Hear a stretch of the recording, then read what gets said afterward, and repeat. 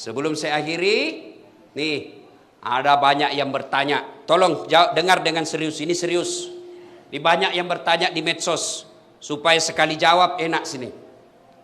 Ustadz, bagaimana pendapat Ustadz tentang penutupan masjid selama PPKM di Jakarta? Satu, saya pengikut fatwa Majelis Ulama, bukan pribadi. Ustadz manapun saya lebih memilih Ustadz Majelis Ulama, bukan pribadinya. Namanya majelis, kumpulan orang-orang hebat di dalam Majelis Ulama.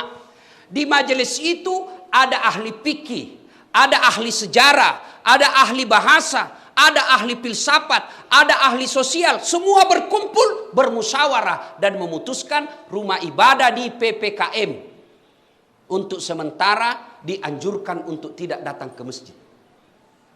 Tapi di Jakarta, bukan di Pindrang. Tidak semua masjid di Indonesia ditutup, khusus Jakarta. Kenapa Jakarta? Terlalu banyak korban COVID. Maka Majelis Ulama menganjurkan untuk sementara beribadah di rumah. Tuh. Yang kedua, berkait ini. Bertanya, kenapa Pale masjid ditutup, pasar dibuka? Ya kan biasa kita bertanya begitu toh? Paham ima deceng. Paham dengan baik.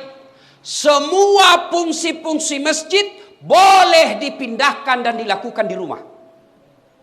Saya ulang, semua fungsi-fungsi masjid boleh dipindah ke rumah dan dilaksanakan di rumah.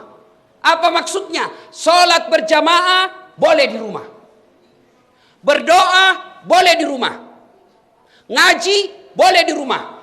Zikir boleh di rumah. Tapi fungsi-fungsi pasar tidak bisa kau pindahkan ke rumah. Mau beli beras, tidak ada beras, beli kau di rumahmu. Cocok kok pak belu berak kok. Habis gas, mau masak kebutuhan pokok, tidak ada. Kalau tutup semua, di mana ki beli? Dan tidak semua juga pasar dibuka, hanya pasar-pasar tertentu. Yang ketiga, Bapak Ibu Saudara-saudara sekalian, bijaksana dalam menerima pesan-pesan media sosial. Karena ada pesan media sosial yang sentimen memang di-share saja yang benci-benci.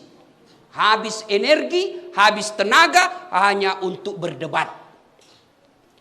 Yang keempat, kita berpesan kepada pemerintah untuk lebih serius lagi menangani COVID ini. Yang kelima, kepada saudara-saudara kami para pengusaha, kepada saudara-saudara kami para pengusaha, terutama mereka yang bergerak di bisnis alat kesehatan, tolong jangan jadikan COVID ini, jangan jadikan wabah ini sebagai ladang bisnis. Kami tidak pernah marah kalau kau bisnis ladang sawit. Kami ikhlas kamu berbisnis tambang. Tapi tolong jangan jadikan COVID ini sebagai ladang bisnis di antara kalian. Kasihan masyarakat kita. Mereka hilang lapkanya, mereka hilang lapangan kerjanya, mereka hilang keluarganya. Lalu kau jadikan ini COVID sebagai ladang bisnis, demi Allah tidak berkah hidupmu sampai akhirat.